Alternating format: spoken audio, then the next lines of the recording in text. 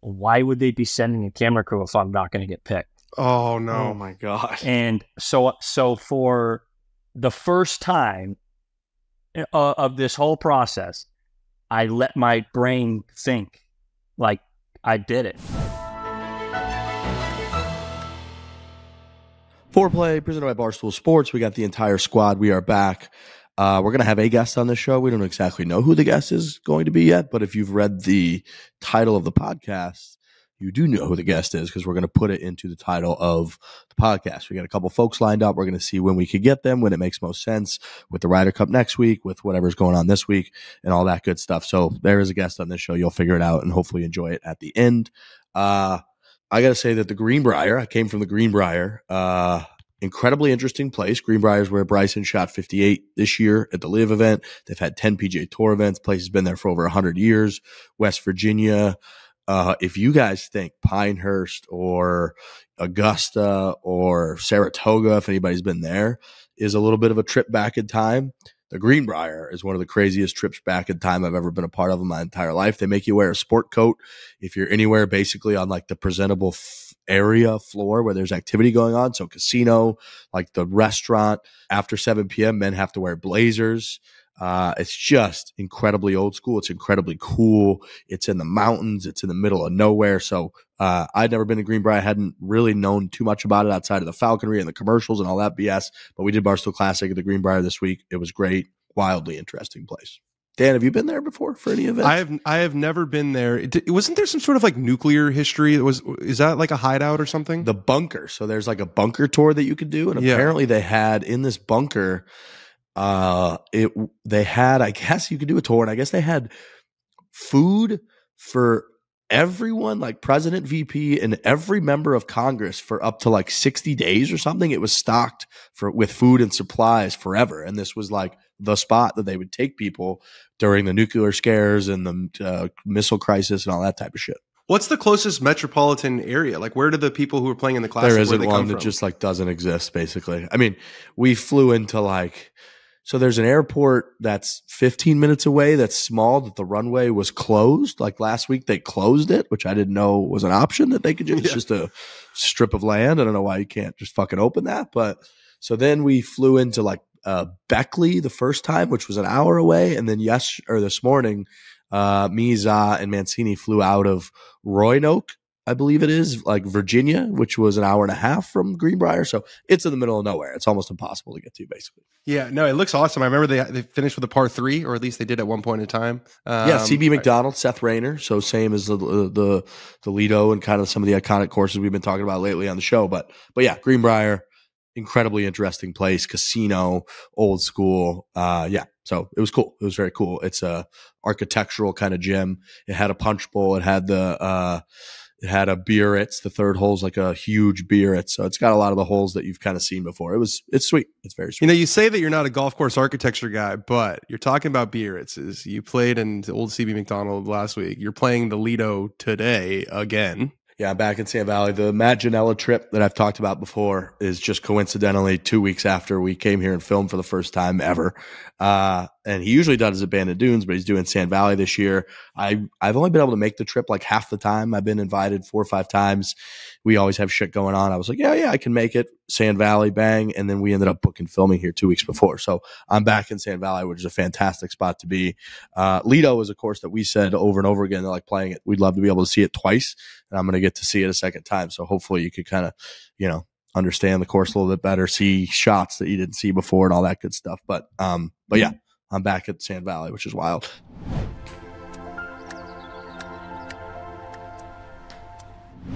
Chevrolet. They're a presenting sponsor of Foreplay Podcast. We love Chevrolet.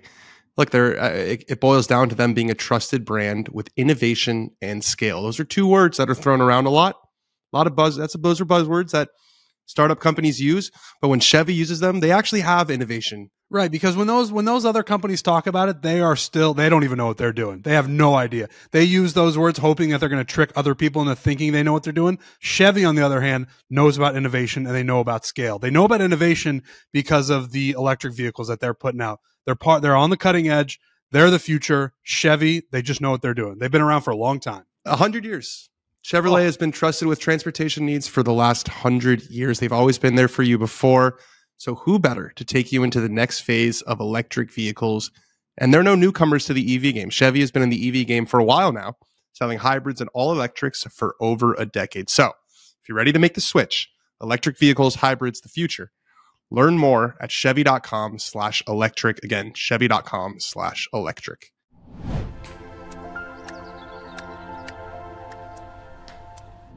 Speaking of golf courses, you guys see that the Spanish Bay is getting redone by Gil Hance and Jim Wagner. Really? Yeah. When? Like starting now, I think. Yeah, I think Shipnook maybe broke it like last week, but they announced Spanish Bay. We do the Dad Bod Classic every year, so we've been out to Pebble for the US Open a bunch of different times that we've been out there, been very lucky. And for whatever reason, Spanish Bay gets shit on. It's like Pebble, Spyglass, Spanish Bay are kind of Pebble's three. There's a few others that they have in their repertoire out there, but those are kind of the main three. And Spanish might have the most spectacular property of all of them. Like the entire fucking thing is on these sand dunes overlooking the ocean in the Spanish Bay Inn, and it's amazing. And it was like Tom Watson and somebody else who kind of did it, and people hate on it. Like they hate on Spanish Bay, and they have forever. The greens are kind of funky and wild, and there's some tight tee shots and whatnot. But for the most part, it's spectacular, but people hate on it. Doesn't get the love that Spyglass and Pebble get. So they're fucking redoing it. There were rumors that Tiger was going to redo it for a while. Yeah, they're obviously doing a lot of work on that resort because Tiger did redo the par 3 course a couple years ago, which I have not seen yet. Did you guys play it when you were there last? I think Frankie and his dad The played.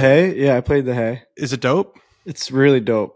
I think Yeah. the second hole is the replica of 7 at Pebble. And so you like kind of get the juices flowing for what kind of shot you're going to need to hit and how the ball's going to react. It's identical, all the same exact mounds. Yeah. The bunkers are in the same spot. When I took my dad, the fog was in, so he didn't get to see any of the cool stuff around it. But when you're on top and you're at that restaurant, the hay, it's an amazing view. It's really an amazing spot. And they have a little putting course right there. It's a really cool spot. It's kind of amazing how much work could still be done at that place because it is like Bannon might have surpassed it, but like the iconic American resort. And they had one golf course that was left a lot to be desired and a par 3 course that before that was a dump. Cause I remember I played it, before they redid it and it was like a nothing. Spanish Bay is one of those courses. There are certain courses that like the golf architecture cognoscenti, like if you don't hate them, then you don't know anything. I feel like Torrey Pines is another one that really pops up. And Spanish Bay, they're losing Spanish Bay. So it's gonna be a tough one. I saw Gil Hands. I saw someone posted a meme that was like, because Gil Hands is everywhere. He's everywhere. He did LACC, Wingfoot, the Country Club, Marion. And the meme goes, sources are saying that Taylor Swift and Gil Hands are quietly hanging out. I'm such a nerd, but that just scratched the itch. The audience for that is minimal, but it hits the people it hits. It hit. That got you good there, Dan. Yeah. Yeah, I mean, I've always loved Spanish Bay. I mean, we've played Same. it more than I've ever thought that we would ever play Spanish Bay. We always like close out the Dad Bod Classic there. It's an iconic finishing, like 18th hole for all of us. All these matches always come down to it seems like. And I've never really had a bad day out there. I feel like I've always played pretty well. I do think that there's a lot of like weird weird tee shots where you don't really know where you have to hit it. You don't really know if it's a good spot. You kind of get fucked in some spots where like you hit a good shot and it rolls off into like a sand dune. You're kind of like shaking your head being like, how is that even possible? But if you keep it in the fairway, it's a great golf course. I mean, it's got fun little shots where it hits the back of the green, rolls all the way to the pin. There's like a lot of funnels, and I do think it's fun. It's definitely far and away the third best golf course there. Far and away the third best. Spyglass is like arguably better than Pebble Beach on a certain day. So it feels like we're in the age of like the wars of the golf resorts, and we're all benefiting from it. They're all stepping their shit up. Yeah. Like Pinehurst is stepping up. They got a number more golf courses coming. Sand Valley's opening. The Lido, they've got Sedge Valley coming the next year. Streamsong's building a short course with Core Crenshaw. It feels like golf is exploding, and these resorts have more demand than ever. And so it's an arms race, and the winner is us. I can't get my dick hard for Streamsong yet, dude. I don't Have know, you been? man. No, I just. So how do you? They're not hooking me. I just something about it. I can't go to the middle of Florida in the dead heat and the swamps and the sand and just like think I'm going to enjoy myself. I know in we just January or December you can. Yeah, it's just I look at these pictures. I'm like, I get it. It's like it's Sand Valley, but it's just like hotter and wetter, and it's just I don't know. It's the one. I don't know. Thing Maybe about I'm wrong. Maybe I'm wrong. I also tried to go there with my buddies, and they said it was like $55,000 for like 2 nights. I was like, all right, you can go lick my asshole. Streamsong is interesting in that the golf is really, really, really sick. There are very, very few original Gil Hands courses in the world. He's the restoration guy, and they've got one there. And then Dan was just saying, the rest of the place, it has no soul. It's very empty. It's bizarre. And I know that the Kemper group came in the last year or two, which is the same group that kind of runs band and they run Sand Valley. They run a lot of places that we love. And it's probably better now. Me, Lurch, our buddy E, went there like 6 years ago, maybe. And it was golf, unbelievable. The second you're not on the golf course, it's just odd and weird and like. Well, that hotel feels like something you'd see in like Stockholm. It's like a nice Holiday Inn. It's like long hallways and it's not, you expect to go to these places and it's like little cottages and you're outdoors the whole time. This one's like you're waiting at the elevator bank. It's just weird. I got to go check it out. I just sometimes I don't know what it is. I get ads all the time on Instagram for it. I see pictures all the time. People are always posting like really cool drone shots of it. All these other courses have dragged me in. I don't know what it is. I don't know what it's the anti-Florida bias. No, I do like Florida. I can't fucking figure out why I don't have that itch to like, I don't want to scratch that Streamsong itch just yet. Maybe I'm wrong. Maybe I'll go there and it'll be my favorite resort ever. I'm willing to find out. I'm just saying, you see pictures of Bend and you see pictures of Pebble and you're like, I'm making it my background on my phone. I'm like, I gotta be there. I have to be there one time in my life. Streamsong hasn't gotten there yet. I imagine we'll get the chance to check it out. I really hope so. I would assume so. It's one that we haven't gone to yet. So they just opened a par 3 course there too, I believe. The Chain, I think it's called, or something. Yeah, like that. Corner Crenshaw did it. I don't know if it's open yet, but I've been seeing like a bunch. They've been posting like crazy on Instagram about it. The golf course, they've got 3 amazing golf courses. Kind of does remind me a little bit of Sand Valley in that you've got 2 courses that are kind of look the same and are on the same property, and then the third one, the Black, which is the Gil Hands course, almost feels like the Lido, where it's a totally separate entrance. It's a much smaller clubhouse. It's like super flat. You can see the whole thing. I like that place, and it's super easy to get to from the East Coast because you can go Orlando or Tampa, and it's like an hour and 10 minutes Disney from both. trip. There's also something happening here with Cabot, and I don't know quite what it is. I don't know that anybody's ever seen anything like this before, but Cabot's got St. Lucia popping up. They've got this like Revelstoke place up in the Canadian mountains opening up. They got Citrus Farms. It's like an hour from Tampa opening up, and they've done this umbrella branding thing where Cabot used to just be Nova Scotia on the Cliffs, Cabot Links. And then a few years ago, they announced like Cabot St. Lucia, and they announced the other ones that I just mentioned. And I'm starting to see this Cabot St. Lucia, which is the Core Crenshaw on the ocean, starting to see footage is dribbling out. I saw Ashley Mayo was out there, posted a bunch of videos and photos. It looks fucking spectacular. This Citrus Farms, our guy Dave Galinsky from Pinehurst is working down there now. They're going to be open courses in the next year or two. That place is supposed to be phenomenal. And then this Revelstoke place, which people in Canada are familiar with it, but it looks like fucking Banff, Canada meets like Cabot Cliffs on the ocean. So Cabot's got all kinds of shit happening in the golf course. Oh, and don't they have a place in like Ireland too that they bought? I don't know. I don't know. Dude, I know that there's like Cabot Highlands. I just saw some other thing come across. There's a million different resorts popping up. It's incredible. Tons. I mean, you just wish that they weren't all just astronomically expensive for the general public to go and see. It's like a lot of these people don't get to go to. We talked about this at Sand Valley. It's like a lot of these regular golfers just don't have the means or the capabilities to make like 4 or 5 day golf trips out of these and play all these phenomenal golf courses. A lot of them are walking only. You take a lot of people out by doing that. You don't get to just go enjoy it with like your dad or your grandpa or like an older uncle that's like you want to just take them to a really cool golf course. They're eliminated. They're not doing it. They're not even going there. They'll never see it. So I'm all in on these golf resorts, but I just wish that like everyone got to enjoy them a little bit more. You know what I mean? It seems a little exclusive.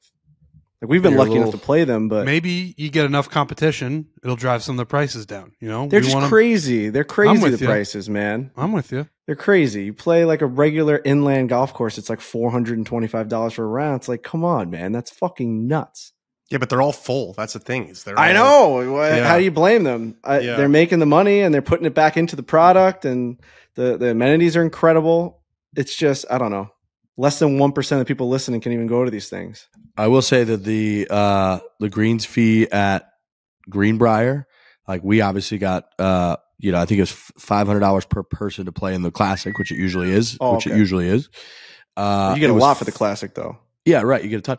The greens fee was $570 to play Greenbrier. So it paid for itself to just play in the tournament. Like, wow. Now, I mean, we were trying to figure that out because I was like, I don't even think Pebble's that high. I think they're a place that like they would just rather have less play and keep revenue around the same than have a factory going on, maybe is what we were trying to think about on that front. They clearly gave us a good deal because Classic, you get everything. You get all the entry, you get to have the environment, you get prizes that you can win, you get a really cool gift bag that's worth a couple $100, plus you get to play the golf course and drink Trulies all day, and it was only $500 total.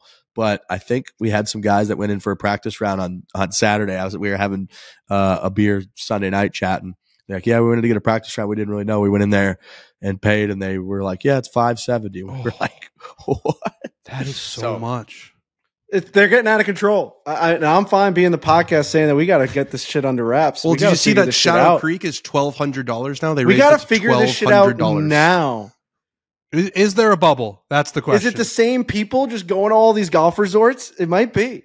It's the same group of people just all migrating from Sam Valley to Streamsong to Vegas to it's fucking outrageous. But the thing is, dude, like all the courses in Scottsdale it's the same situation. They're crazy expensive. Like, do you go play like TBC Scottsdale now and people want to play the whole? That's the one that I can't get behind. Why is that so expensive? $500 something dollars. It's just a regular golf course. Dude, that front nine is the most ordinary thing ever. Completely. And like, credit to my friends at Greyhawk. I love the experience at Greyhawk more, and I love the golf courses, but are they the same level as like Pebble Beach when it comes to like, no, it's not Pebble Beach. They know it's not Pebble Beach, and Greyhawk can get high 300s, I believe, during the winter for a round at like Greyhawk. And you're just like, I don't blame the courses because their fucking tee sheets are full. You can't get tee times, but it's like, is it just inflation? It's clearly economics that we don't understand. I want an explanation for why. I want an explanation. Is it cost? I mean, because if you're telling me it's cost,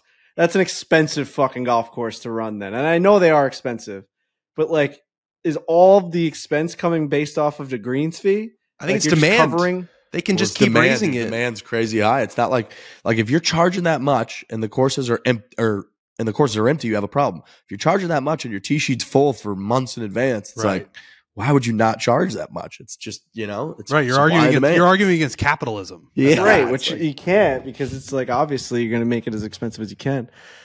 Fuck, I don't know. That's just, it's unfortunate. And I know why it's happening. It's obvious. It's just math and it's capitalism. But fuck, man, I just wish that more people would be able to do it. I talk to my buddies all the time about it. I'm like, dude, this like trip might be like $3,500 to go play a couple courses and stay in like a decently nice place. And after you get flights and all that, it's like, it's a fucking trip, man. That is a fucking trip to ask like 12 to 16 people all to shell out that much money. You're like, holy shit. They're looking at themselves being like, what if I play bad those 3 days? What a waste of fucking time. Honestly, hit the ball sideways. It's a credit to sign up to the Barstool Classic. If you want to go play a place like Greenbrier, for my God, pay $500, get everything. You're saving money. You're saving money as opposed to if you go there on a random weekend, it's $570 with the Barstool Classic if you get in, which will sell out instantly. But you're saving a lot of money. We got to charge more for the Barstool Classic. These golf courses are fucking. You've come full circle. These golf courses are going fist. Now you're like, we gotta. Yeah. These golf courses are going fist to people's mouths through the asshole, and we're out here giving people $500 entry fees. They're getting like almost $500 worth in that gift bag alone in gift cards. TaylorMade G4 Pinot Noir. What are you, nuts? Believe me, we have been asked every year to raise the price of the Barstool Classic, and we have fought that fight very hard. We won't. We have fought that fight very hard. We might. This was the first year we went from $800 to $1,000 per team across the board. And you know, the other side of the business will tell you that like they've come to us with that every year, and we've been like, nope, we're not going to raise it. But some level, you're right. Like if we made it $1,500, I think the Classic would still sell out in fucking because Greenbrier is paying $575 to play that round, and they're charging for food, drinks. I mean, you're walking out of that place spending $700 easy, and now you come to the Barstool Classic, you're paying $500, and you have a chance to go to the championship and make. And play multiple rounds. Which side of this one are you on, Frankie? Because a couple minutes ago, you wanted to lower prices for everybody. I'm telling you they're low, and you're telling me that we got to go higher. Listen, I've done this many times in the history of this podcast. I'm flipping. I'm an IHOP pancake maker. I'll flip all day. I think we got to raise the fucking price on this thing.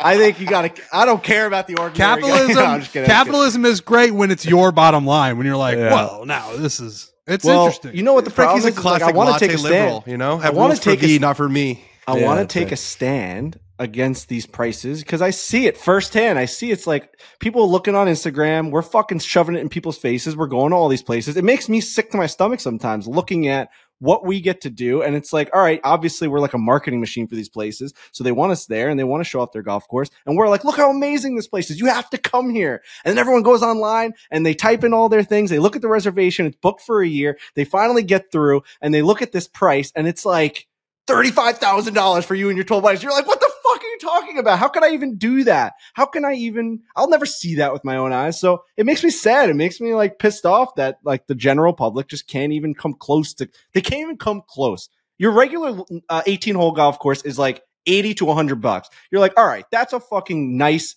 like price for golf. It's still expensive. It used to be way lower than that. Dude, imagine you go to a resort, it's $575. In St. Louis, if you told somebody they were going to play for 80 or $100, they would laugh in your face and tell you they're never going to go there ever. And that would be like the golf courses in St. Louis. My buddy, like we'll book tee times on Saturday morning and at Bear Creek and these places we play. It's like $36 with a cart. No, it's a fucking 18 shame. holes. It's a fucking shame. Is the experience 13 times higher than the average round of golf? Like that's the thing that we all have to understand. And I don't know that it is. Well, I will say also that because we do it so much, we become desensitized to it. But if I still puke. I'm like, what the fuck are these people doing? How much money is it? No, I'm just saying, like, if you're someone who saves up all year for this buddies trip, and you are, you have your kids, and you guys all live around the country, and you never see each other, and this is, going to Streamsong is the trip for you guys this year, and you're looking forward to it, and you're sending each other memes and videos. I definitely think there is. Like it does stand out for these people as like a once in a lifetime experience. And obviously people are able to do it. That's why it's sold out for years. I mean, there's obviously an abundance of people that are able to figure it out. I'm just saying it's gotten out of control. And like, if you really dive deep into what is worth it, if you go to that round of golf with your buddies in St. Louis for $45, if you compare that round of golf to a round of golf that's going to cost them $600, and you really go down the list of all the things that were enjoyable, was it the difference between 45 and 600? I think there's going to be a lot of. I think the pure like golf totally, but the overall ambiance of the trip like makes it worth it. They don't give a shit. And and like the same way when you go fucking any ski trip, they package shit together. Next thing you know, you're just paying for stuff you don't even know what the fuck you're paying for because you're just there, and that part's where they get you for sure. But I do like the hype of the trip and all of it factors in for sure. But it is an unbelievable amount of money, and it's I mean. Then I think about it from the other side. Like we've had talks about opening up a golf course or opening up a resort, and it gets down to the P&L, and it's how are we going to make money? And it's like, well, we're going to have to charge this. Like then we're like, imagine if we open a resort and we'd be the guys being like, you know what, let's charge less. Like this is getting a little like. I imagine we'd be in that same scenario so it's fucking tough, man. It's totally. Like, I'll flip right there. If I'm on the other side of the table, I'll flip. But like the costs are more expensive. Like the seeding that they get's now more expensive because of supply, because inflation, because gas price, because everything. And you're just like, it's fucking. I'm not saying they shouldn't do it. I'm saying it's a shame that it's gotten to that point. That's all. That's where I'll end it on that. I wish that it was more acceptable. The courses are so phenomenal and the experiences are so great. I just wish it was more accessible for most people. That's all, dude. And the fucking crazy part is that in 2008, 2009. Private clubs in Scottsdale that are now $300,000 to join were like $10,000 and they're begging for members at the time. And now the supply is the demand is so outrageous. And it's the times that we're in where it's great for golf. It's great for us. We're in the golf industry. but it is fucking tough if you're an average person trying to play golf. That, you know, if you live in New York, I think you're fucked. I think that might be the worst place to live if you're just an average person trying to play golf, because it's hard to get there. Courses are going to be completely jammed and slow and still over $100. And the good ones are incredibly private, or there's a few of them that are impossible to get on and are expensive. And now it's like that most places. It's like that in Arizona. I get that all the time. I get the number one DM request email that I get is like, hey, we're doing a buddy's trip out to Scottsdale. You know, I've seen a bunch of the ones that you recommend, but like for an affordable budget, you know, where would you, I'm like, honestly, like it's really fucking hard to tell somebody, you've flown all the way out to Scottsdale. You're going to do a trip. I'm going to recommend courses that are within your budget, and they're not going to be better than the courses that you just flew away from your fucking home to play. And it's like, that stinks. So it's, I mean, that is a shitty spot. It's a shitty spot. The main takeaway from COVID, one of them for golf at least, was like, now there's a bunch of people playing. Wow, we got an influx of people who are playing, but in a weird way, it's now you're like pricing out people who want to play at these places. You can still play locally, but if you want to, you know, get outside and get a buddy's trip together, it seems like that's harder than ever. So hard. It's hard. You got to plan it way in advance, and you got to have a lot of money. Myrtle Beach, 72 golf courses. 72 I don't know if we're golf talking courses. about Myrtle Beach today in an ad, but Myrtle Beach is on the ad read sheet today, dude. Baby. They are. You want to talk about a place that is figured out? And this is this whole thing. That was a 20-minute ad read. This whole thing was. You're welcome, my because friends. I play golf Myrtle you go Beach. look and go. Sorry, look I missed that tee time. If you think that we're, you know, shoving it up your hoop, as they say on Spittin' Chicklets, go look at the prices yourself. Go email, go on the website, go on, what is it, playmyrtlebeach.com. Go there. Playmyrtlebeach.com. Nice. Go there right now and look at the prices. It's an affordable golf trip. That it place really rules. is. It really does. Rules. It really does. That's a great call, because they are the one that's like, they're not like a full resort. They just have access to 75 plus golf courses, so they can send you on to whatever fits your budget. That's amazing. That is so funny that's like the ending of this, because people they were so the World Am that I played in one round was supposed to be two. Again, I apologize. You missed the tee time? Flights got canceled. We had hurricane. That's when we had the whole Shane Lowry getting to Florida thing. It was a fucking saga. That's right. By the way, we got there. Lee, one of the more disappointing hurricane performances. Yeah, you were right in the eye of the storm, right? We were on fucking Cape Cod. Literally, the whole thing, it said it was spinning its ass towards Cape Cod. They're saying we were talking about changing the entire trip, going the other direction, going west. We went down to Cape Cod. I don't know if I saw a fucking drop of rain. Pathetic. It was blowing. It was a little windy, but I mean, you're on the Cape anyway, so that thing was a joke. Maybe somebody got smoked in Nova Scotia, and I feel horrible about that. If that's true, I didn't do my research, but where we were on Cape Cod, completely overblown. No pun intended. Yeah. So Myrtle Beach, they said that to play in that tournament, which you got 4 rounds of golf, one, like, you know, they have the courses in different tiers. One's like premier, one's, you know, good, one's was 600. There's a package for like $650 for 4 rounds. Come on. So that's the place. That's the one. That's the place where you got to go. I'm going to do the little CTA right here. It says if you want to play in the 2024 Myrtle Beach World Am, our friends at playgolfmyrtlebeach.com are giving away an entry into the 2024 event. Includes 4 rounds of golf and 5 nights of hotel accommodations. You just visit barstoolworldam.com. That's barstoolworldam.com to enter, and we already touched on it, but that is the beauty. All these resorts we talked about, they're amazing. If you can go there, great. They are amazing. Do it. We highly recommend it, but guess what?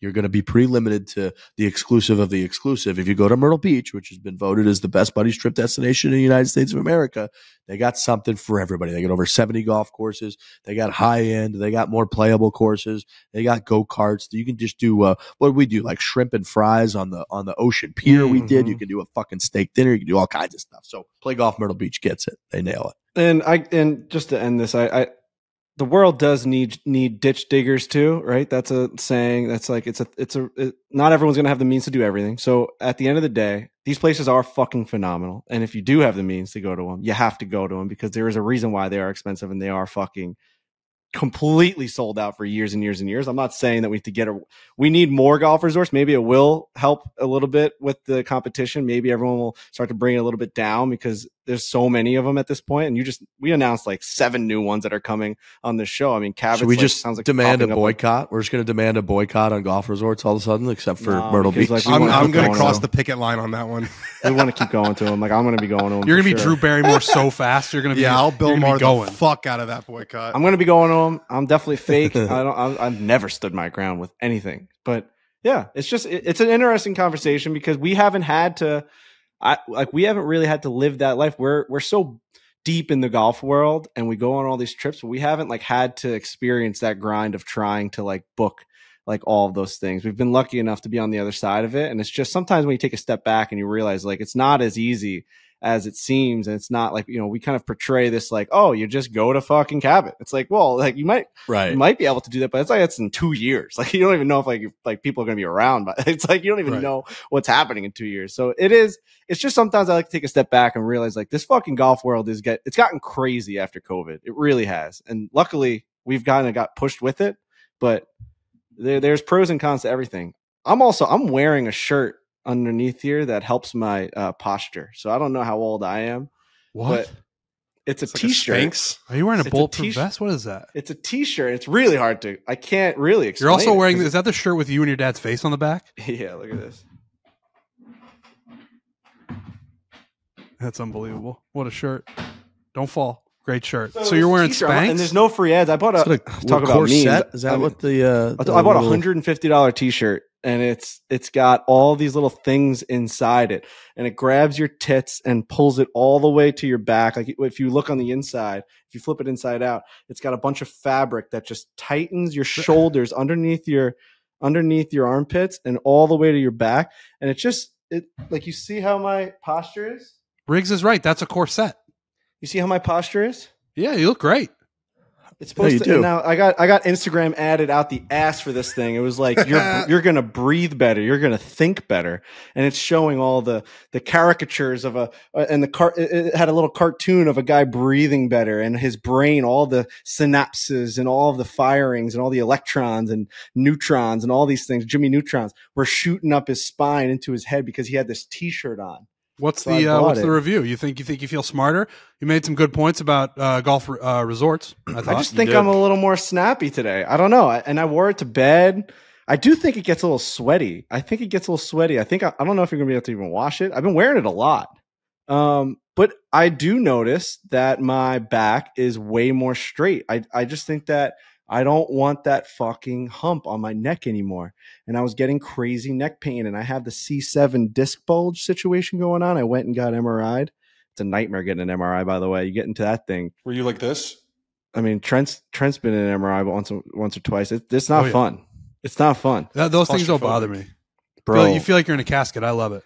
You kind of like it. Trent loves it. You know what they need? You know what they need? This ain't so bad. They need to put. This is great. They need to put something on when you get into an MRI and you're getting something on your head or your neck where your head is in it. They need to put something on the white surface, whether it's a drawing or something, so that your eyes can lock in on something. Because for me, the whiteness, and like you didn't know if it was right above your head or if it was 5 feet away, was fucking with me for like 25 straight minutes. Like my heart started racing, and I don't know what that means. I don't know what that triggered in me. I'm definitely not claustrophobic, but that for sure made me feel something close to it. I'm like thinking, why couldn't they just do anything? Maybe a Sudoku or anything. So just so mentally I can I can lock my eyes on something. Yeah, it does feel strange. You kind of feel like you're out to sea a little bit. Like you can't grab onto anything, which you're not grabbing onto anything. Yeah, no. It's bizarre. It's just a pure white cone right above the crazy noises. That's an MRI. Yeah. Have you guys ever gotten a pedicure? Yes. No. I've not, and I have a nasty little toe situation going on. I've gotten quite. Is that the hands or the feet? That's the feet. I've never done either, but I'm interested in both. I am too. I'm very interested in a pedicure because I love getting like my feet rubbed, which doesn't really happen very often, but I have incredibly ticklish feet, and apparently that could be a serious issue because they do like the crazy scrub of the bottom of your dead they're skin. They get all the dead skin off, which is crazy. It's weird. It's like gross that you have all that skin on you. And also I remember when I was a kid and I would see my dad's big toe, I would be like, "What the fuck is that?" It's an animal. And now my big toe is starting to look that way. My big toe is a nightmare right now. Someone stepped on it during pickleball, and it got black, and I kind of left it there for a long time, and then I finally started cutting away at it, and now like it's a half a big toe now, but like the part that got cracked like a half a year ago at this point. now is growing like into the foot. So it's like, from like the cuticle or whatever you want to call it, like from the edge of it to the tip, like it's now only like growing in half and goes down. Like it's like growing into this. It's going into the. So I have to go to I have to go to a foot doctor and get it like drilled off, and that's gonna hurt like a motherfucker. Gross. Oh, that's awful. It's gross. I know it's not good.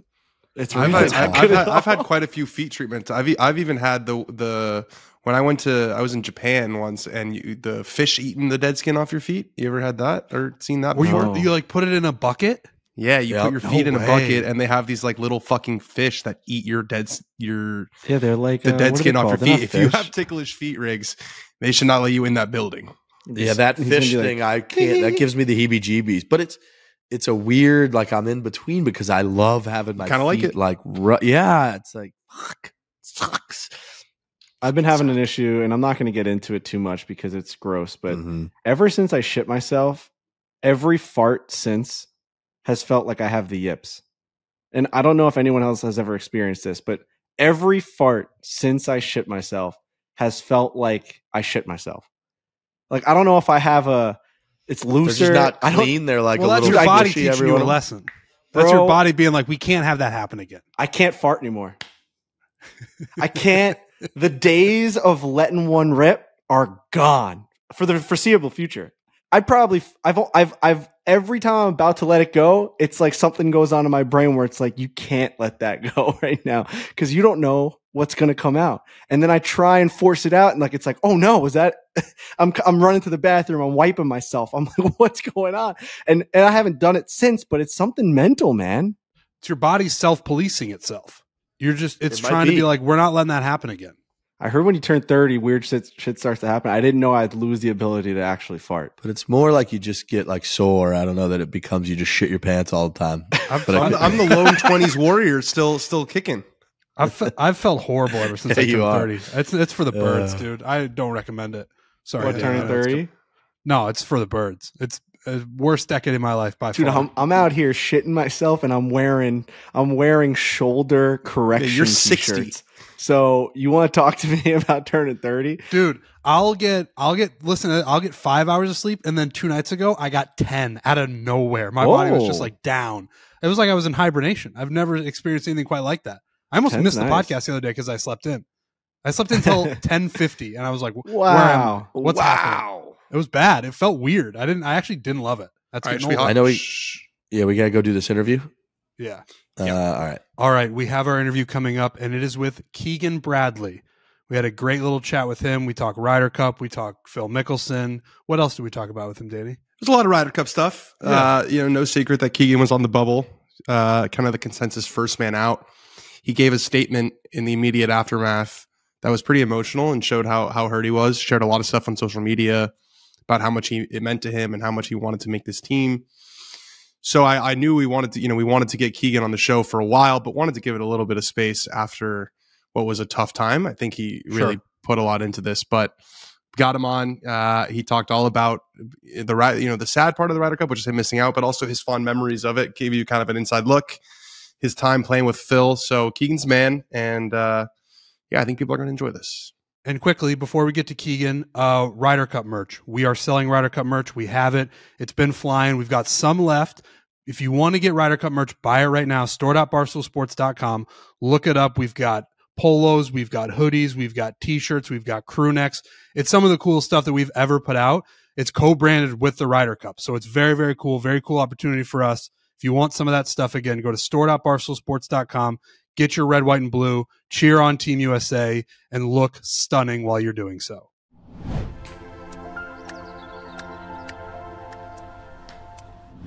The People's Golfer. What's up, Keegan? What's up, boys? How you doing? We're doing great, man. Thanks for joining us. We appreciate it. I got the whole crew this time. Oh, yeah. They didn't just send the loser, feel intimidated? the B squad. The B squad last time. I got the whole crew now. It was the B squad. You're still in front of that sick Grove picture there. Dude, tell me about the Grove. Is the Grove as cool as everybody says it is? No, it's the greatest, dude. It's the greatest.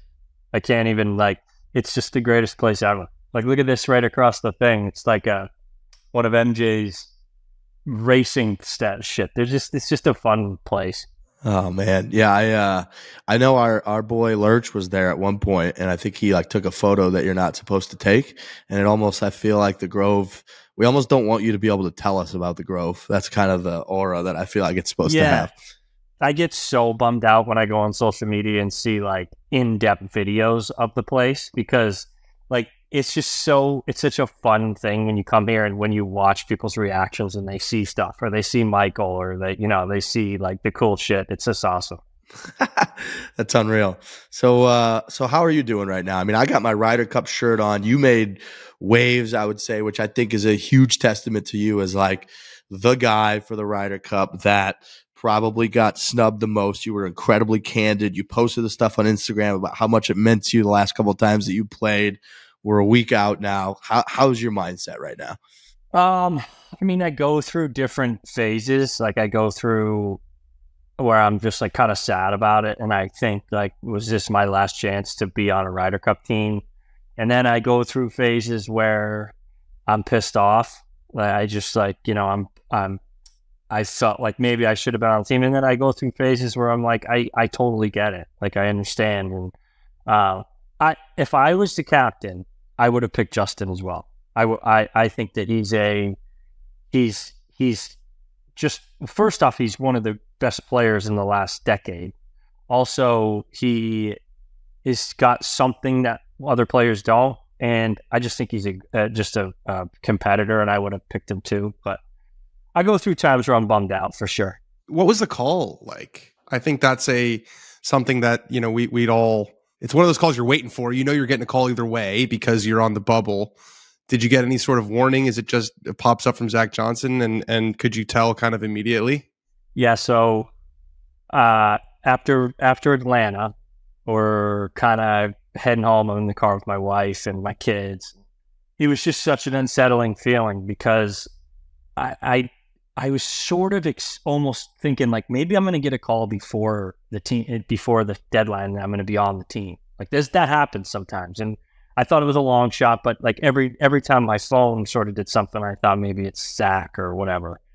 And then I got a text from Zach, came through Zach Johnson, and said, it was a generic text. It was, "Hey guys, I'm going to be calling everybody tomorrow morning."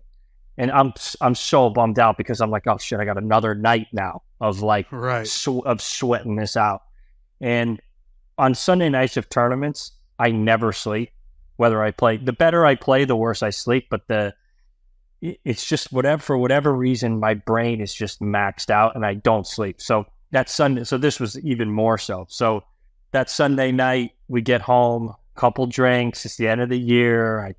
I wake. I know the call's coming the next day, and I wake up. I'm very tired, and I'm waiting for this call, and I get a call from Netflix, and they say, "Keegan, we got a camera crew 5 minutes from your house. You got to let them in right now." And I go, "Okay, I'm coming." So I go wake up my wife, and I go, "Jill, you got to get ready. Netflix is coming." Why would they be sending a camera crew if I'm not going to get picked? Oh no! Oh my god! And so for the first time of this whole process, I let my brain think like I did it. I made the team. Yeah. And I'm like, Jill, you got to get ready, like get the kids, like, and now I'm officially really nervous, but I'm thinking like, why would they be rushing to make this? Why would they be rushing camera crew to my house? Like what? Right. What? Like why? If I wasn't going to make the team, maybe they'd call later, or I don't know. So we're getting in, and I said to my wife, I said, Jill, I think they're going to pick me. I for whatever reason in my head, I thought the camera crew was there to witness the celebration, and so the camera crew comes, and we're downstairs, and this is all going to be on film, so you guys are going to get to watch. And they filmed the call. They filmed the call, which I think is going to be the call that I've been waiting for. Because I don't know why. I don't know why I thought that the call would be. Why would the camera crew be there? I don't know, for whatever reason. And even my wife was like, "Oh." So we had never gotten to this point where we were talking about like, I'm gonna make it. Right. And as soon as I picked up the phone, it was like a, "Hey, Keegan," one of those. Oh, God. And I look over at Jill. I was second into the call, and I go like, "No, this isn't." And then, he was really nice and hung up the phone. And I mean, this is all you're going to see this. Yeah. And I just sort of, I don't want to see this. Jesus. I mean, this is wild. I think with like the Netflix stuff, they have to film it can't be just, "Oh, I win a tournament and everything's great." Like this is real life. This is what no one's ever seen this call before. And it was devastating. I got to be honest. Last week I did some voiceovers where they were telling me, basically saying, how badly does Keegan Bradley want to make the Ryder Cup team? So I think they're gonna really. They're setting that call is gonna be like a fucking high point of the show. I get why they did it, and I mean that's going to be unfortunately great television. But just you letting the camera crews in, being like, "All right, you guys get to watch what happens next," and then for it to be a no is going to be riveting television.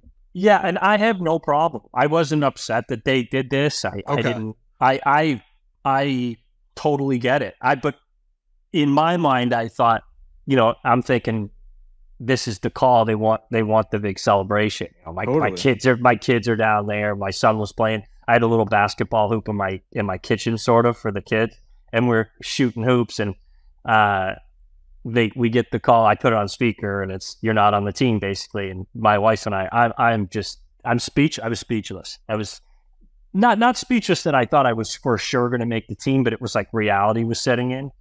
And my son's like looking to play basketball. He has no clue that, Right. So it was, and then I looked at the guy and I was like, "All right, that's enough. Like, it's time to go."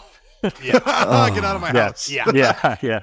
How much has it meant to you? How many people have posted, made comments, sent you messages saying, Keegan, either we believed you should be on the team, you're our guy, or at the minimum, we admire the hell out of how passionate you've been about this whole thing and how badly you wanted to make it? It's probably one of the most special things I've ever had in my career, honestly. I did not expect the reaction or the social media or the people reaching out to me, the texts that I got, the calls.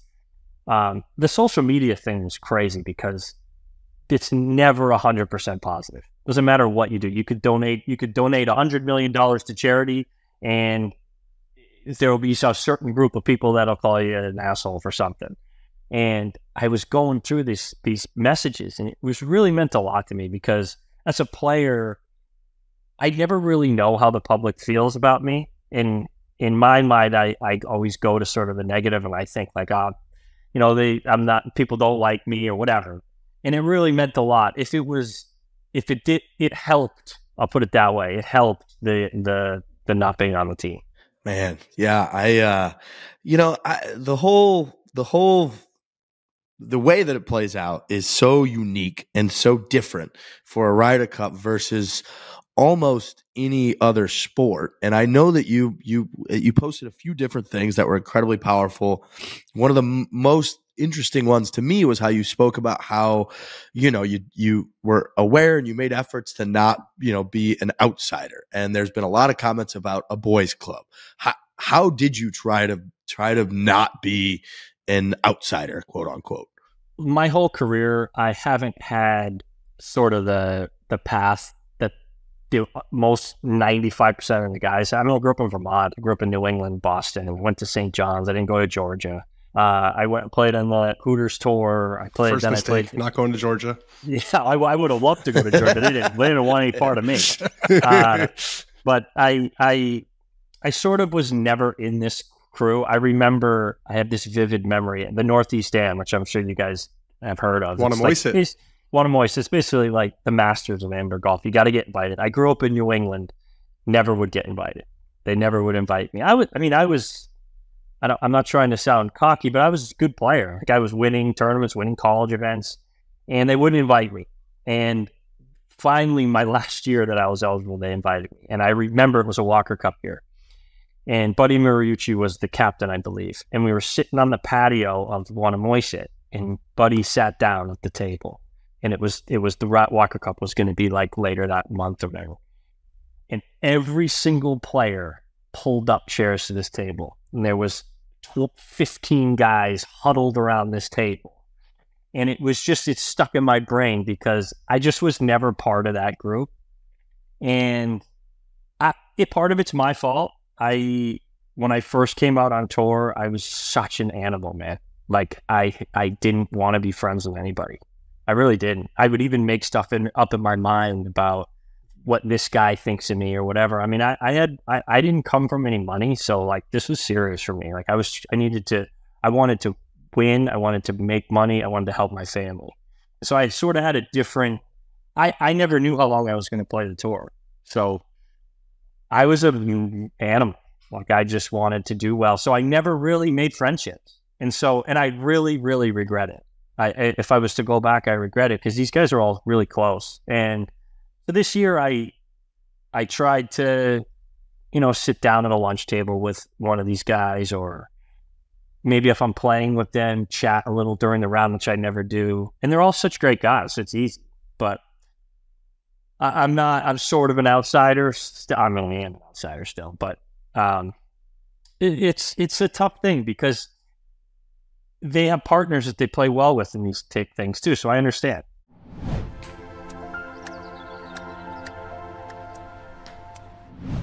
Game Time is the exclusive ticketing partner of Barstool Sports. It's created by fans for fans. Game Time is the ticketing app that makes it easier than ever to score last-minute deals on tickets to sports, concerts, and shows, and they guarantee the lowest price. Trent, what's on your schedule this fall?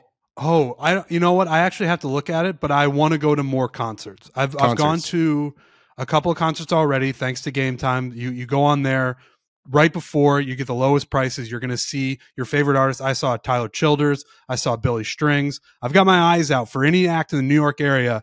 I'm going to go to it, and I'm going to use Game Time when I do it. It says Luke Combs on here.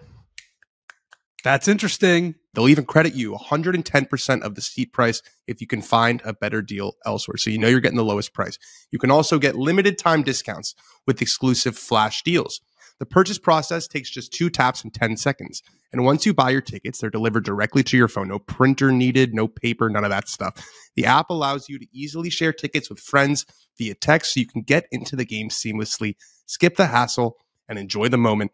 Download the Game Time app or go to the website, enter your email, and redeem code FORE, Fore, F-O-R-E, all caps, FORE, for 20% off your first purchase. Terms apply.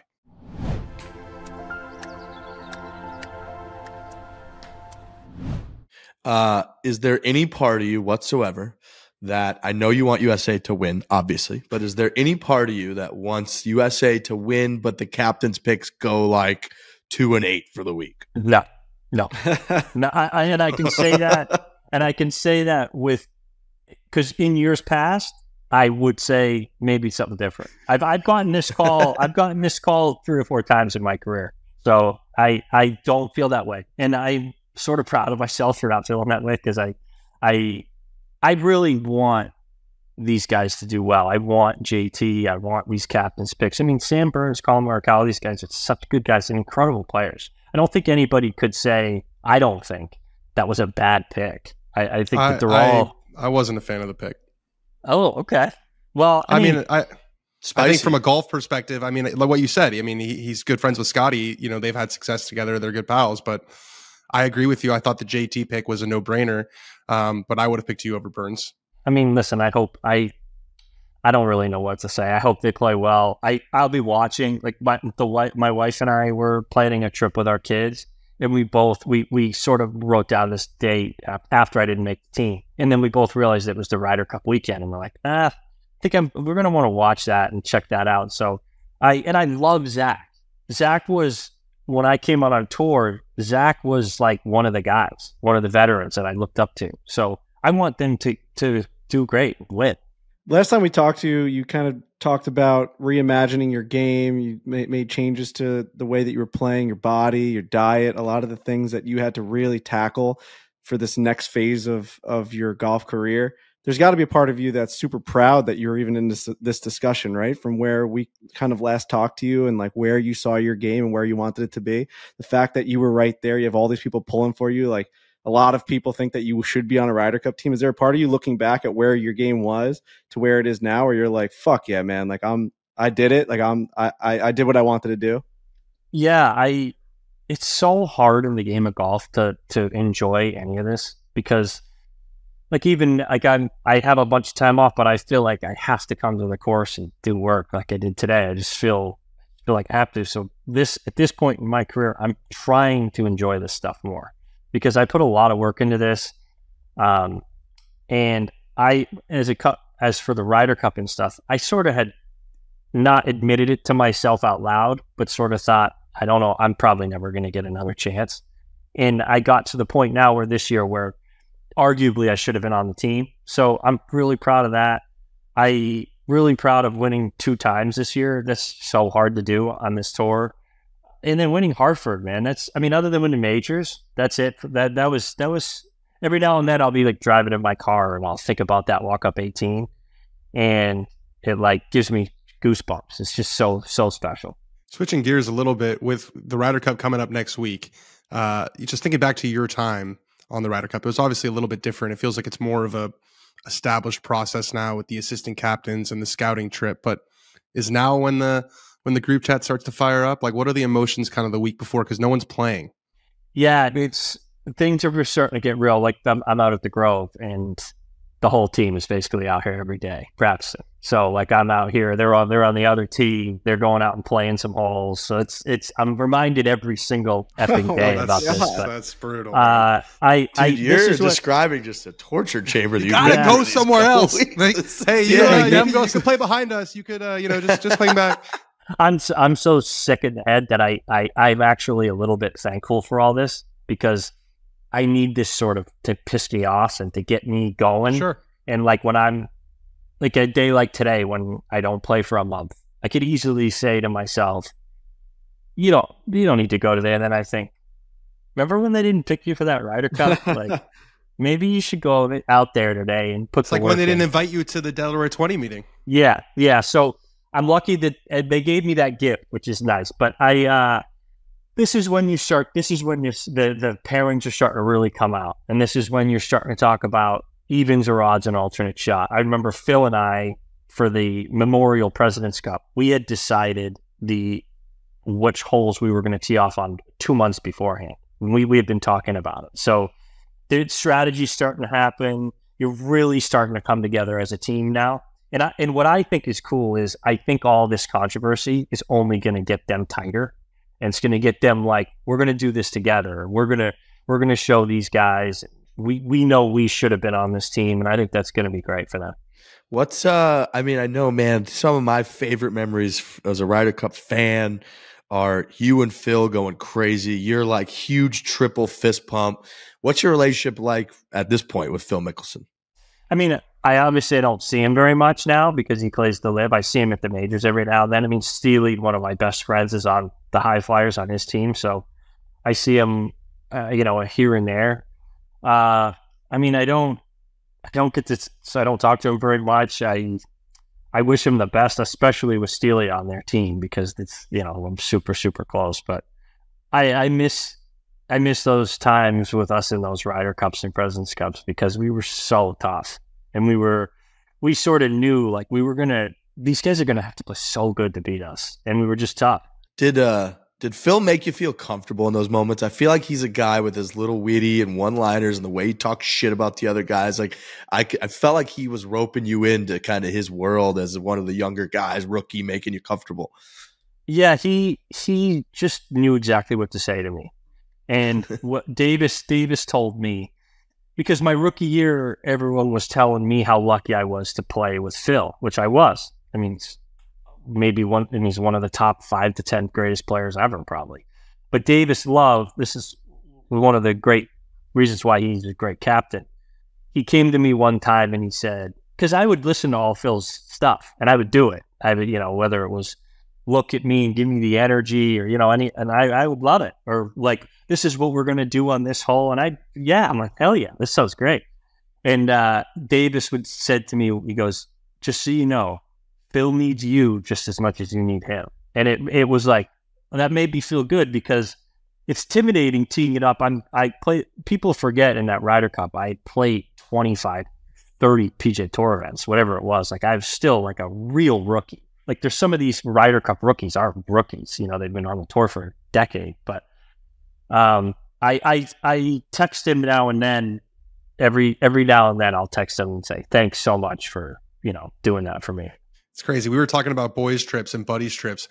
The texting that must be going on between Team USA right now is like the coolest. But like we're gonna go on a buddies trip, and these matches, like it's the actual Ryder Cup. It's not the Ryder Cup that we're playing with the boys. Like do you see this flyover of this hole? Like I'm gonna bomb driver over, and it's everyone in the world's gonna be watching. You know those Instagram memes where it's like the group chat got leaked and the guy's getting arrested and stuff.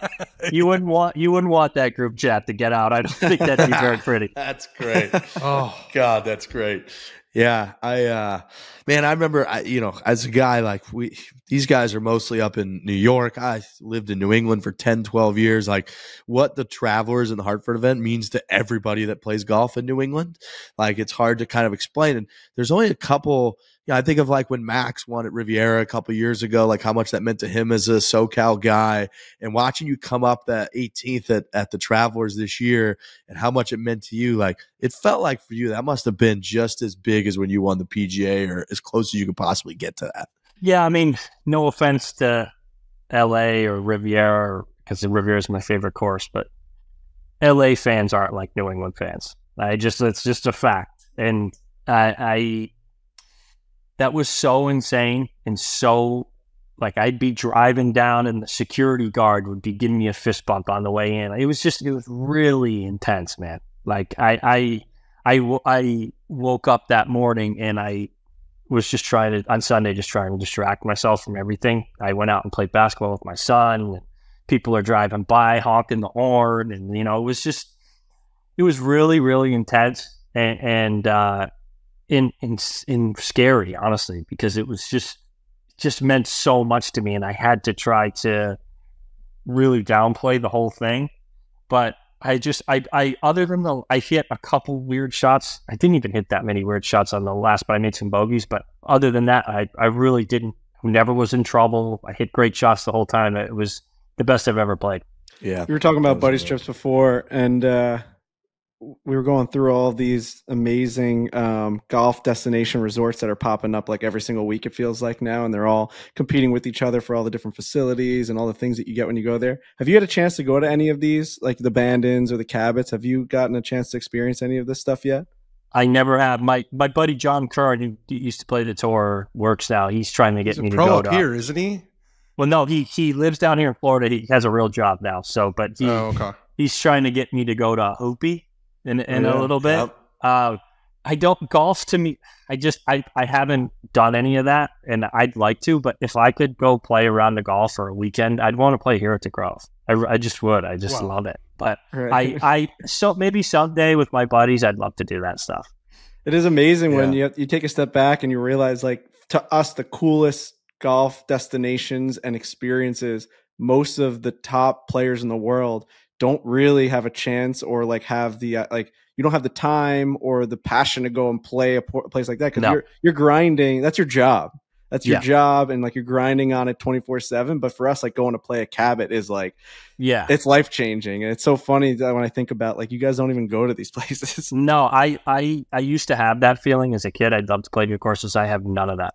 I have no interest in, like, people that go, well, I can get you on, the name of course. I'm like, dude, imagine Keegan getting on a plane, flying up to Bandon, having to take a 3-hour drive. He's like, what the fuck am I doing? I'll tell you, I actually, this is the first time I've ever played golf and really for fun, is the member here at the Grove. I'll have a couple drinks. I don't drink when I play golf for obvious reasons. Tom Brady.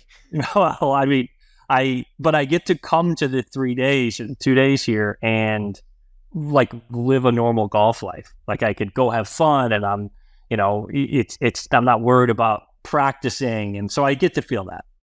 You couldn't do the walking only. These places are walking only. You threw a bitch fit when we walked Golf Club of New England that day. I think walking and playing golf is the most horrible thing. I don't get it. I think it's so bad. If club offered me a free membership and you had to walk every day, I wouldn't do it. I agree with you. We just went to Sand Valley, and it's incredible. Sand Valley is an incredible spot, but it's 3 straight days of hard pan through the sand walking. And at the end of it, I said I felt like I was put in timeout. I felt like I did something wrong, and that was like my prison sentence. Like my feet are bleeding, my ankles are sore. It was like there's nothing enjoyable about the walking part. I mean, you guys have to walk that's what I do my whole life. So the last thing I want to do is schlep around a golf course again for the 1,000th time this year. Look, to play a little bit of devil's advocate, like there are people out there that literally go for walks, like they just walk, like not even playing golf, they just go walk. And like I think there's a certain romanticism, there's a certain beauty about like carrying your bag, walking a course, feeling the terrain and playing. Now, for you that you do that for your fucking living, I get it. I get a certain percentage of people that like to golf, that like to walk. I get it. You always get the question from journalists like, if you were commissioner for a day, what would you do? And my generic answer is carts and practice rounds and pro-amps. One of the cool things about Maui is that you get to take a cart and practice round. So you're like, you zipping around, you're driving, you're playing like 18 holes in quick. It's great. So do you ever think that they should do it on a real round? Like during a tournament, do you think they should just be using carts out there? Yeah, why not? Who cares? I love it. I love that. So the golf courses that you said they don't excite you. So like this year, you go to play the U.S. Open at LACC. You're just like, yeah, it's just another golf course. I mean, when I'm at the U.S. Open too, it's so stressful. Like the whole thing. Like there's no time where you're looking around like, wow, this is a cool course. I can't wait. It's like I better not hit it over there. If I hit it in this rough, I'm chipping out. Like there's no enjoyment in any of that for me anymore. Do you have a specific golf like architect that you like more than others? Like a specific type of golf course that you've become fond of over others over the years? Well, growing up in New England and Northeast, I love Donald Ross and I love Tillinghast. Yeah, I mean, at St. John's, we play on Long Island in Westchester. We play Tillinghast courses all the time. I'm pretty sure Fenway is a Tillinghast, I think. Quaker Ridge. Like these are courses like Fenway. Not a lot of people have probably. It's not in the same category as Winged Foot, but for me, it is. It's so great. Those are probably my favorite. Yeah, those are good choices. Those are big New England picks. Obviously, makes a lot of sense. All right, Keegan, so you're going to be watching next week? Are we watching the Ryder Cup? Yeah, I mean, when they win or when they make a nice big putt and they're cheering, like that's gonna be tough. It's weird, man. Like I put 2 years into this, really, a full year this year for sure, and it was sort of one of the things people don't realize when I tell them is my Zozo win in Japan didn't count towards the points. Yeah, so that is something people don't talk about. Yeah, so when people say Keegan did miss the Ryder Cup team and won twice, technically I didn't for that thing. So it's bittersweet. I'm proud of the way that I gave myself a good shot at this, and I really genuinely want these guys to go out and play their best and win. A lot of people out there think you got snubbed. A lot of people that were pulling for you. A lot of people still are pulling for you. So I know just your fire, man, your fire and your passion for the whole thing, the sentimentality behind all of it. It's just it's so fucking real, which I think people love and respect out of you. So don't ever lose that. Don't ever lose that. I've tried over the last year or so to be a little bit more myself in interviews and around, and because I think it's silly when people that were on the border of a Ryder Cup and they ask them, do you think about it? And they're like, not really. I'm out there, hitting one shot at a time. It's bullshit. It's like everyone's thinking about it every second. And if you're not thinking of, like when I was playing the last, probably after Hartford, especially in the playoffs, at least a couple of people a hole would yell something out to me about the Ryder Cup. So I couldn't, no matter if I was doing the best job ever of not thinking about it, people were yelling it to me. And so it would be on my mind every round, every day. That's incredible. Well, you know who did Bethpage Black? Tillinghast. So why don't we just fucking make the next one, Keegan? Let's just make the next one 2025. You ain't stopping. Keegan Bradley's not going anywhere. What are you, nuts? You're not retiring. You're going to keep winning golf tournaments. You're going to be in the mix. What are you, nuts? I'm not like writing you off. You're not dead. No way, dude. Yeah, I mean, Bethpage to me, if I think Bethpage is the best place to play golf in the United States in a tournament. I think it is. I've played there multiple times. I think they're the loudest fans. They're the craziest fans. And there's something about Bethpage. I don't know what it is. It's that uni grit, dude. It's different when you play tournaments on public courses, real public courses. Yeah. There's a different, because I feel like New York or Bethpage is sort of New York's course, and like that's their spot. You got the chills. Boy, that's going to be a tough place for the European team to win. That's going to be really tough. I think there's going to be some pretty big name captains for that one too. So I think it's going to be. I think so. Oh, too. You want to break some news? You want to break some news? I don't. If there's anything you need to know about me, I don't know any of the inside stuff. With you literally just said you know that there's going to be big name captains. My guess would be in New York. You got to roll out some of the big boys for this one. I think there'll be some big names. That's what a lot of people. Yeah. All right. Keegan's already lobbying for 2025. I love it. I think that's. Listen, smart. we'll start the push. I'll push for 2 years. Keegan 2025 shirts, the whole entire deal, dude. We'll buy a camper. We'll buy a trailer. We'll buy a bus. We'll be going cross country for you, dude. No problem. Perfect. I love it. I won't be doing any of that. Dude, right, thanks Keegan. For joining us, man. This has been awesome. You're the man. Been so candid about it. People are going to love this like side of you, to see such raw reaction from such a gut punch, such a raw, like real. This is real life stuff, and it's so cool that you shared that with us. Because I mean, you're going to see it. I know. Yeah, that's stunning, actually. Yeah, it is stunning. All right, Keegan, you're the man. Thank you for taking the time. Bro. We appreciate it. Thank you, Keegan. Thank you, boys. Have a good one.